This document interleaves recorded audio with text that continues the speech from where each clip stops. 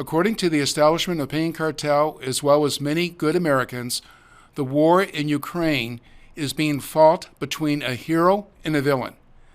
And yet recently, the New American Magazine published a cover story entitled, "A War Between Two Villains?" What is the basis for that question? Let's take a look.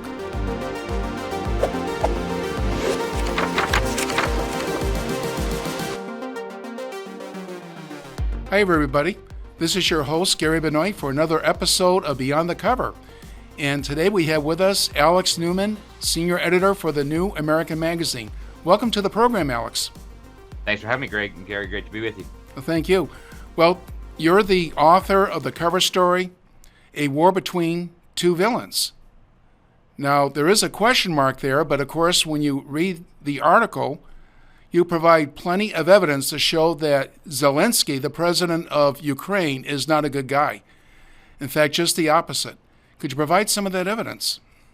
Sure. Well, thank you, Gary. I'm happy to do that. And I think it's important that we do that, too, because the fake media that spent the last 2 years lying to us about COVID is now spinning another false narrative. They're painting Zelensky as some sort of patriotic superhero, freedom fighter who the whole world should rally behind. And I think that's a very deceptive picture.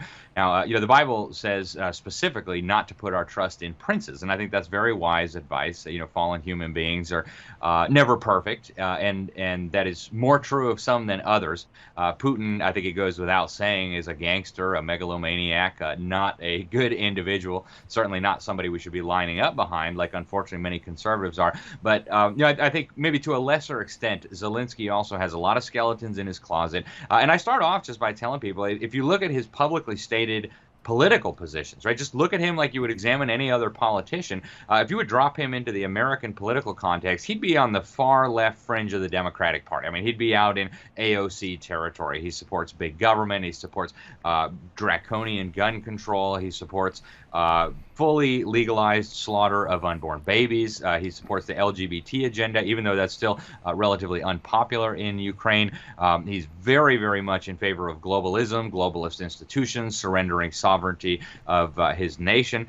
And so just on the political issues, it's clear that this is not somebody that American conservatives should be making out as the standard bearer of the freedom fight. I think it's very problematic for a number of reasons.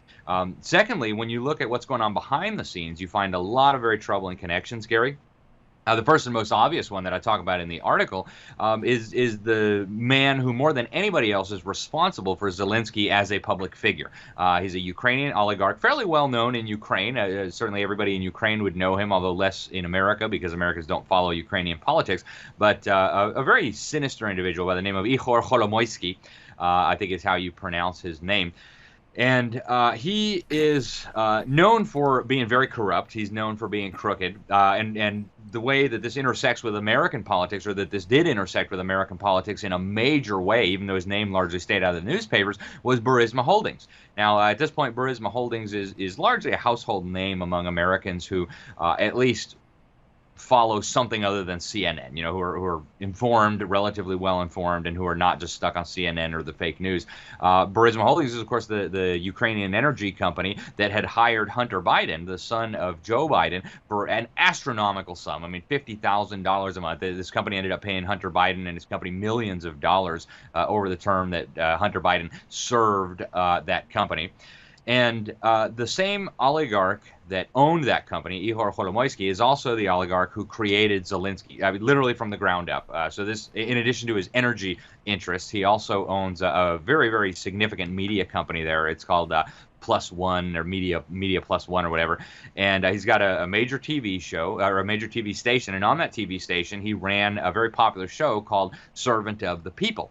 Now, Zelensky was the star of that. He was the quote-unquote servant of the people. In the show, he's just this teacher, and he goes on a rant about how terrible the oligarchs are and how the Ukraine should liberate itself from the oligarchs. And the people start to love him, and they make him president in the show. And I think it was very much predictive programming, right? Grooming people to accept this narrative. And shortly after that, Zelensky goes on to found a political party called Servant of the People. It is funded by Ihor Kolomoisky. The cars, the security, I mean, all of it is a project of Ihor Kolomoisky. He eventually ends up in the presidency, and the rest is history. So these deep state oligarchs that really run most of what's called the former Soviet Union are intimately involved in having brought Zelensky to power, and even in what's going on there. Ihor Kolomoisky has his own private militias, and he has had them for many years. They've been accused of very, very horrific human rights abuses. And this is just scratching the surface, Gary, but it gives you just at least a surface view of the problem with rallying behind this guy as if he was the new standard bearer for the freedom movement around the world.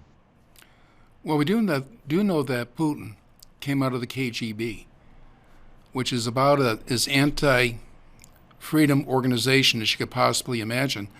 So comparing Putin to Zelensky, could the case be made that it makes sense to support one over the other in terms of supporting the lesser of two evils? I think that's a fair question, and I think as far as U.S. policy is concerned, the advice of our founding fathers was right on the money. So, don't get involved in the quarrels of Europe. Don't go intervening in other people's affairs. We can have peace and commerce and friendship with all nations, and entangling alliances with none. And certainly, we don't want entangling alliances with a government that is very clearly corrupt, that is very clearly not where we, as American conservatives, as American supporters of liberty, as American Christians would want. And so that's incredibly problematic. Even if it was, an ideal government, still from a foreign policy perspective, it's not the job of the U.S. government to support foreign governments, whether they be in wars or whatever. Now, if Americans want to get involved and support that government, that's a totally different matter. If you want to pick up a rifle and get on an airplane and go fight in Ukraine, I'm not going to stop you. I may counsel you that that's probably not the best of ideas, but I think if you had to compare the two, Putin and Zelensky, I think Putin is probably more sinister.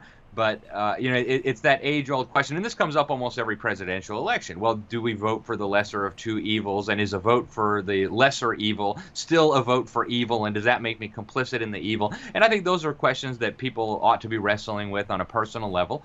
I don't know that I have the best answers to that, but I think if you weighed the evilness of Putin and Zelensky, it would be a pretty unfair contest. Putin is clearly ruthless, and nobody can blame Zelensky or the people fighting behind him for defending their own country. And I think that's important to be clear on that as well. A lot of courageous Ukrainian patriots have lost their lives and are losing their lives and are willing to lose their lives for what they see as the defense of their homeland, and that's an admirable thing. That's something that Americans could learn from. We saw this poll recently that only 55% of Americans would stay and fight if our country was invaded. It's pathetic. So maybe we have something to learn from the Ukrainians that are giving their all to resist this Russian invasion. But the media narrative, I think that's the key thing. The media narrative that we're being sold is a fraud. It's a lie. It's manipulation. It is, I think, very clearly designed to get us embroiled in another war. And I think ultimately, if you look at the deep state's motivations behind stirring up this war, drumming up support for more war, drumming up support for dragging America into the war. It's not because they love Ukraine. They don't care at all about Ukraine. If they cared about Ukraine, we'd be holding the New York Times and Walter Duranty to account for lying to the American people about the genocide they perpetrated in Ukraine under Joseph Stalin. Still no apology from that. Still no return of the Pulitzer Prize. If this was about just the media caring so much about innocent individuals, as I point out in my story, there's a much more vicious, much more deadly, much more ruthless war going on right now on the Arabian Peninsula. Hundreds of thousands of people are dead. Children are starving to death in massive numbers, and we've heard not a peep from the fake media because it's the Saudi government that's doing it, and the media and the Saudi government, and they're all kind of connected at the hip. So people should be clear. The media doesn't care about Ukrainians. The media doesn't care about Americans. The media doesn't care about the truth. And we as Americans have to say we're not going to be manipulated by this kind of propaganda anymore. How about the deep state? And specifically, how about the Biden administration, which of course is under the control of the deep state? What are they trying to accomplish?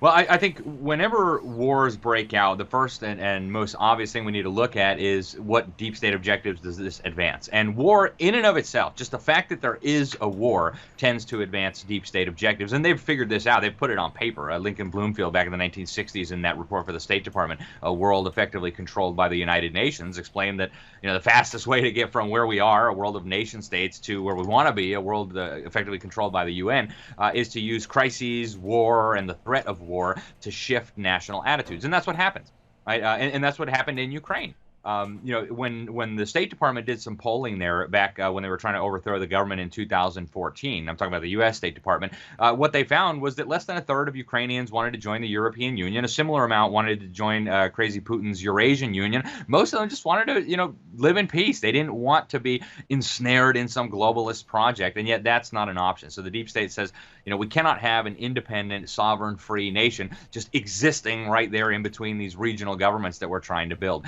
And so what happened when the invasion happened is those attitudes hardened. More and more Ukrainians were willing to say, hey, we should join the European Union to protect us against those mean old Russians, or hey, we should join the Eurasian Union to protect us from those degenerate, disgusting Europeans trying to push the LGBT agenda, the abortion, and all that on our poor Christian country. And so I think that right on the surface is one very obvious motive, and that sentiment transcended Ukraine. I mean, that all throughout Europe, we saw just an explosion of globalist sentiment among people. Much of it was, of course, manipulated and engineered by the media. But you had Sweden and Finland, right, which historically have tried to remain relatively neutral. They didn't want to join NATO. Suddenly, Russia invades Ukraine, and now they're scrambling. Hey, can we join NATO, please? Right? You've got the Swiss, who for hundreds of years have followed the advice of our founding fathers: stay neutral, don't get involved in other people's stuff, just mind your own business, protect your own freedom, but be well armed and heavily defended. And now they've jumped on board with the European Union's policies of aggression toward Russia in response to the invasion. So we have seen a major advance in globalist sentiment. We've seen, these calls for massive aid packages. We've seen shifting alliances. And I think it goes back to what Henry Kissinger explained. Now, Henry Kissinger and Putin have had a very, very close relationship over the years. Putin talks about this in his autobiography. In fact, they've showered Kissinger with awards. Every time he comes to Moscow, he gets to go have dinner with Mr. Putin. And Henry Kissinger outlined this strategy in one of his most recent books called World Order, where he said the contemporary quest for world order is going to involve dividing the world up into regional orders and then finding ways to relate these regional orders to one another. And I think that's really the crux of what's happening here. This is going to result in a stronger European Union. They're already talking about it. We need a European Union military to deal with Russia. We're talking about we need European common financial and tax policy. We need European regulation of big tech so that people can't spread Russian disinformation on the platforms. So this is going to result in a massive usurpation of power by the European Union. And it's also, paradoxically, going to help Putin building his Eurasian Union, which, of course, he's been in the process of doing for a long time. So the end result will be lots of money for the defense contractors, lots of advances in globalism, and a lot of dead people. And as far as the deep state globalists are concerned, they've made it absolutely clear they think there's too many of us anyway. They think there's too many human beings consuming too many resources, taking up too much space. And so I think that they'll accomplish multiple objectives simultaneously with this horror show that's going on right now. Do you see the war in Ukraine reaching a point where other nations become directly involved? Of course, they already are in terms of providing weapons, but involved in terms of troops on the ground. Do you see NATO, for example, becoming directly involved? Do you see American soldiers being directly involved? I think that's a very real possibility, unfortunately. And actually, even before the war actually began, even before the Russians invaded, I did an episode of my show for the New American, Behind the Deep State, predicting that there was going to actually be a war and that the Deep State would love to have that mushroom out into a World War III, bring in all kinds of different countries, maybe the Europeans, maybe the Americans, maybe China. And so I think that's a very realistic prospect. In fact, Joe Biden has let it slip a few times. When you guys are deployed to Ukraine, So there's some real significant hints there that may be coming. Just in the last couple of days, the Russians have been making noise about potential nuclear bombs. And if we're honest, what the U.S. government and some of these other governments are doing is direct participation in hostilities. They may not be shooting the bullets, but they're shipping in the weapons, they're providing the diplomatic cover, the propaganda cover. And so, as far as the Russians looking at this, they're going to say, look, they are belligerents in this conflict. They are supporting our enemy with military assistance and so on.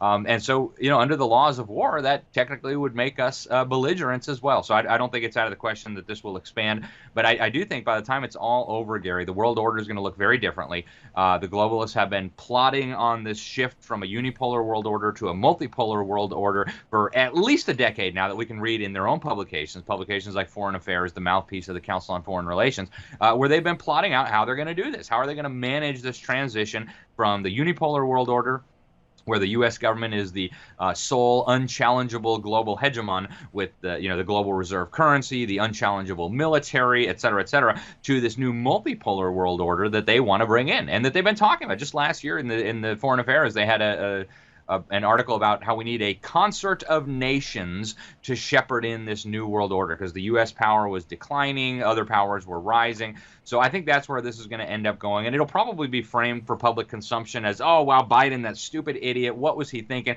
I can't believe he did this. Now the American currency is destroyed. Now the American military looks foolish.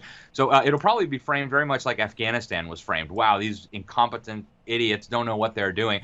But people who follow the New American Magazine regularly, people who are members of the John Birch Society know better. These people are not stupid. These people are absolutely bright. They're many things. They're wicked. They're greedy. They're many things, but one thing that they are not is stupid. They are very, very good at orchestrating public opinion and orchestrating international affairs to try to bring about their objectives. And so we need to dispense with the notion here that we're dealing with incompetence or stupidity. One final question, Alex. What can the American people do to prevent the insiders, to prevent the deep state from accomplishing their sinister objectives? Well, that's a question that we could talk about for 2 weeks, Gary, and I think you probably know the answer better than I do. But one of the first and most obvious things would be to get involved with the John Birch Society. There is no other organization in America that is doing what the JBS is doing in terms of exposing the insiders, in terms of educating the American people about our Constitution, about the vision of our founding fathers, about the wisdom of the policies that they advocated, like non-interventionism. There's nobody else. There's not even it's not like there's a competing organizations that you could choose, I'll take this one or that one. There's only one that's doing it. So if you're not involved yet, get involved. And then, once you are involved, there's a lot of tools. You can go to jbs.org, get the New American, start spreading awareness in your community, order reprints of this issue that we just did on Ukraine and Russia, and hand those out to your neighbors, hand those out to people at your church, to your local officials, to the district director for your congressman, and start building influence in your community, start educating the voters in your community. Ultimately, there is no shortcut to education. Everybody wants the silver bullet. Oh, we'll just change the Constitution and then everything's going to be fixed. No, that's not going to solve the problem. It's got to be an educated electorate, and there's no shortcut. So it's hard work. It took us generations to get into this mess. It's going to take us a very long time to get out, if it's even possible. But we've got to get busy, and I think the first step, educating oneself, the second step, educating those in one's immediate circle of influence, and then radiating outward from there to educate the whole community.